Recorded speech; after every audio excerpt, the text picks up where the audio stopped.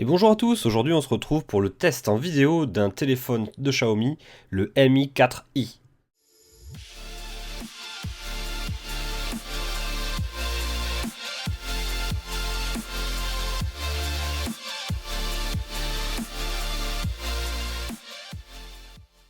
Alors je vous encourage à aller voir le déballage que j'ai fait de ce téléphone. Je l'ai reçu de la part de Gearbest qui le vend aujourd'hui 220 $. C'est un téléphone qui est à la base destiné à l'Inde, donc c'est plutôt du milieu de gamme pour les téléphones chinois. Pour nous, ça serait plutôt de l'entrée de gamme. Et il a un look qui ressemble pas mal finalement à l'iPhone 5C. Alors il faut voir qu'il est quand même beaucoup plus grand que l'iPhone 5C, il est plutôt de la taille de l'iPhone 6. Il a un écran de 5 pouces et il est vraiment très agréable à prendre en main. Alors si on rajoute un petit peu les specs, on a un écran IPS de 5 pouces en Full HD, très bonne qualité. On a un processeur Snapdragon 615 avec 8 cœurs qui tourne entre 1,7 et 1,1 GHz.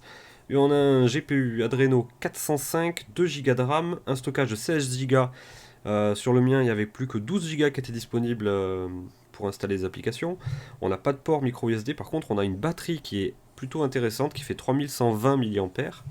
Un appareil photo de 13 mégapixels devant, derrière un appareil photo de 5 mégapixels. On est 4G, donc il tient les réseaux 4G français, donc principalement Bouygues et Free, mais il fonctionne aussi chez Orange et SFR avec des performances peut-être un petit peu moins bonnes chez eux. Il est dual SIM, donc on met deux micro SIM dedans. Il a une prise casque 3,5 mm qui est plutôt bonne. Et puis ensuite, il est plutôt léger parce qu'il fait que 130 grammes, donc ce qui fait qu'en main, on a quelque chose de très très agréable. Il fonctionne sous Lollipop, donc c'est la version 5 d'Android, et je vous encourage à aller voir une vidéo que j'ai faite justement sur le système MIUI pour vous présenter un petit peu comment l'interface est foutue. C'est un petit peu différent de ce qu'on a l'habitude de voir sur les Nexus, mais c'est plutôt intéressant je trouve parce qu'il y a énormément de fonctions, énormément de possibilités de customisation, et le téléphone est très fluide quand même en tournant sous ce système. Alors, j'ai trouvé l'écran très très bon d'un point de vue performance, luminosité, en plein soleil, etc. Il laisse un petit peu quelques traces de doigts lorsqu'on l'utilise. Il est peut-être pas aussi résistant qu'un téléphone haut de gamme avec des écrans Gorilla Glass, etc. Mais je l'ai trouvé plutôt pas mal. Au niveau des performances de cet écran, a priori il est bien meilleur que le Mi 4. En plein soleil, ils ont travaillé un petit peu plus la partie luminosité. Donc on aura quelque chose qui marchera très bien en plein soleil. Ensuite, je l'ai trouvé très réactif, donc la couche tactile marche très bien. J'ai eu aucun problème là-dessus. Pour la partie audio, le haut-parleur est correct, sans plus. Il fait son boulot, il marche bien, mais il est placé derrière, donc ça veut dire qu'en gros, si le téléphone est posé sur une table, on l'entend un petit peu moins bien, même si Xiaomi s'est débrouillé pour que le haut-parleur soit légèrement décollé de la table.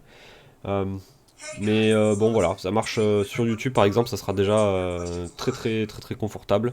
C'est un téléphone qui marchera parfaitement bien.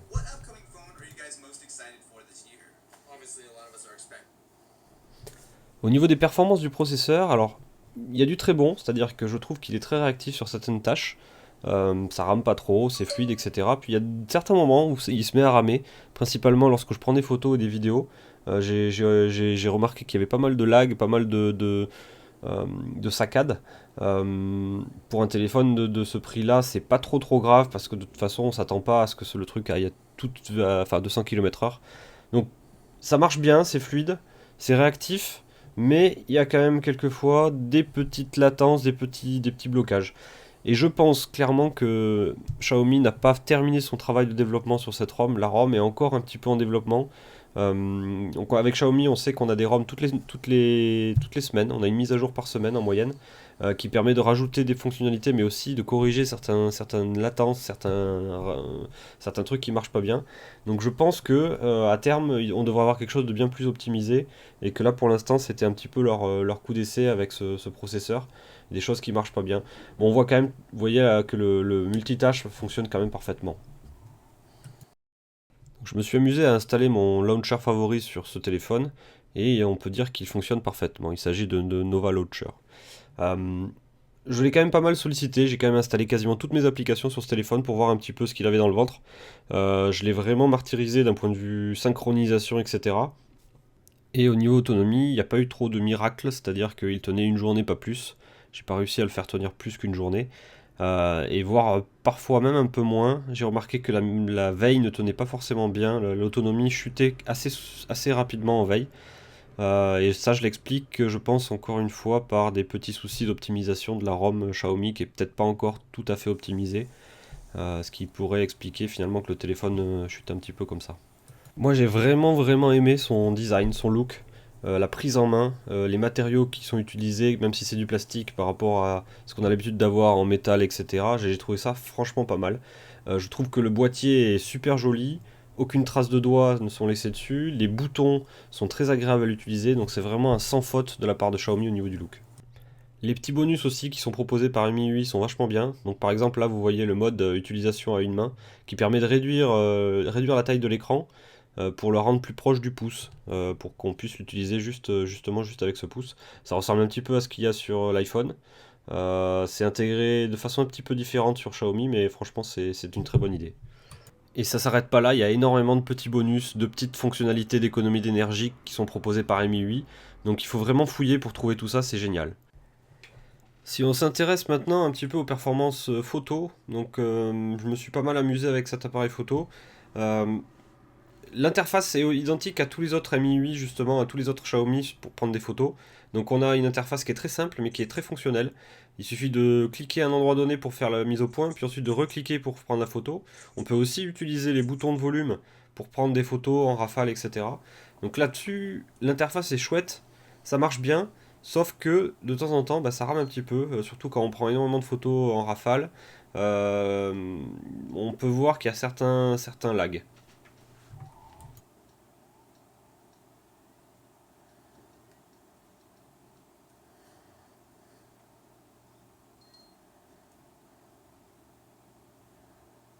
Donc on retrouvera énormément de Salut! fonctionnalités, des modes de stabilisation, des modes jour, des modes nuit, mode HDR, etc. Donc là-dessus, il n'y a rien à dire. C'est juste un tout petit peu gâché par la performance du processeur ou de je sais pas quoi. On voit qu'il y a un petit peu de lag, il y a un petit peu ça rame un petit peu toutes les fonctionnalités photo.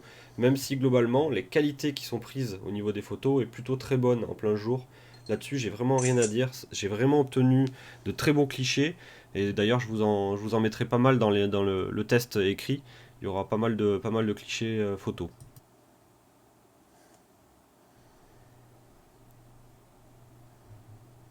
Au niveau des outils de retouche, on a les outils de retouche assez classiques d'Android, mais qui sont peut-être un petit peu plus complets dans cette fois-ci. Donc on va pouvoir vraiment prendre des photos, ensuite les retoucher, recadrer, redresser, appliquer des filtres. Euh, c'est vraiment complet et c'est propre finalement à tous les téléphones Xiaomi. Ils ont un petit peu la même base de travail, avec les mêmes outils, etc. Donc là-dessus, c'est vraiment une valeur sûre au niveau retouche photo et les petits outils qui sont donnés en plus.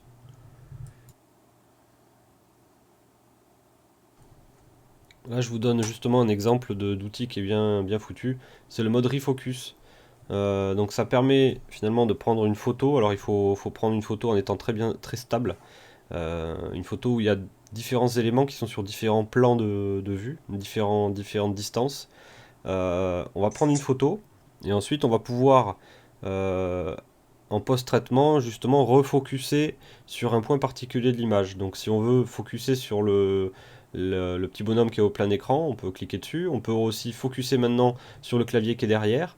On peut revenir focuser l'image sur au premier plan. Donc c'est un petit gadget qui est rigolo. Ça prouve toujours pareil que les outils qui sont proposés par Xiaomi sont vachement bien faits, vachement évolués, de très bonne qualité. Donc voilà. Si on passe maintenant à la vidéo, donc vous allez voir justement les petits problèmes que j'ai rencontrés de lag. Là j'ai filmé en Full HD, donc c'est du 1080p à 30 images secondes. Et puis ça rame un petit peu, on voit que ça rame au niveau de la lecture. Et c'est pas la lecture qui rame, c'est vraiment la prise de vue au moment où j'ai filmé que ça ramait un petit peu. Donc je pense que c'est lié à la ROM qui est peut-être pas super bien optimisée. Bon. Par contre, j'ai pas rencontré ce problème de lag avec l'application officielle Google. Donc l'application pour prendre des photos de la part de Google, l'application qui est propre au Nexus. J'ai pu l'installer via le Play Store et bien là-dessus j'ai eu aucun souci de lag sur cette application-là. Donc pour faire un bilan sur ce téléphone, pour moi c'est un téléphone qui est très polyvalent. Donc c'est un très bon entrée de gamme qui est très complet, qui permet de faire tout ce que l'on attend d'un smartphone, c'est-à-dire aller sur internet, regarder ses mails, aller sur YouTube, prendre des photos, écouter de la musique. Donc là-dessus il est très bon. Il permet de faire toutes ces tâches-là, donc on arrivera aussi à l'utiliser comme un GPS dans la voiture, etc. Donc là-dessus il n'y a pas de souci. Par contre, la ROM aujourd'hui est un petit peu lente. Je trouve que ça rame de temps en temps sur certains éléments. L'autonomie, on voit qu'elle est quand même peut-être pas encore optimisée à fond sur sur ce genre d'appareil. On devrait pouvoir avoir, je pense, une meilleure autonomie une fois que la ROM sera un petit peu plus optimisée. Donc voilà, donc c'est quelque chose de globalement un téléphone très bon. Il y a encore quelques petites choses qui vont être corrigées, je pense, par des mises à jour. Et pour le reste, c'est quand même très très agréable. Et ce que je retiens quand même, c'est le boîtier, la prise en main, la légèreté, la qualité de l'écran qui est très bonne. Et j'en parlais pas non plus précédemment, mais la sortie audio, donc via la jack, le jack d'audio, est vraiment très bonne. Ce qui veut dire qu'on pourra mettre un très bon casque audio dessus, écouter de sa musique, sans que ça pose souci. Donc là-dessus, vraiment une très très bonne surprise ce Xiaomi. Je répète, on peut le trouver chez Gearbest pour 220 dollars à peu près. Je vous mettrai les liens dans la description de la vidéo et puis voilà. Comme toujours, venez réagir dans les commentaires de de cette vidéo pour me dire ce qui vous a plu, pas plu.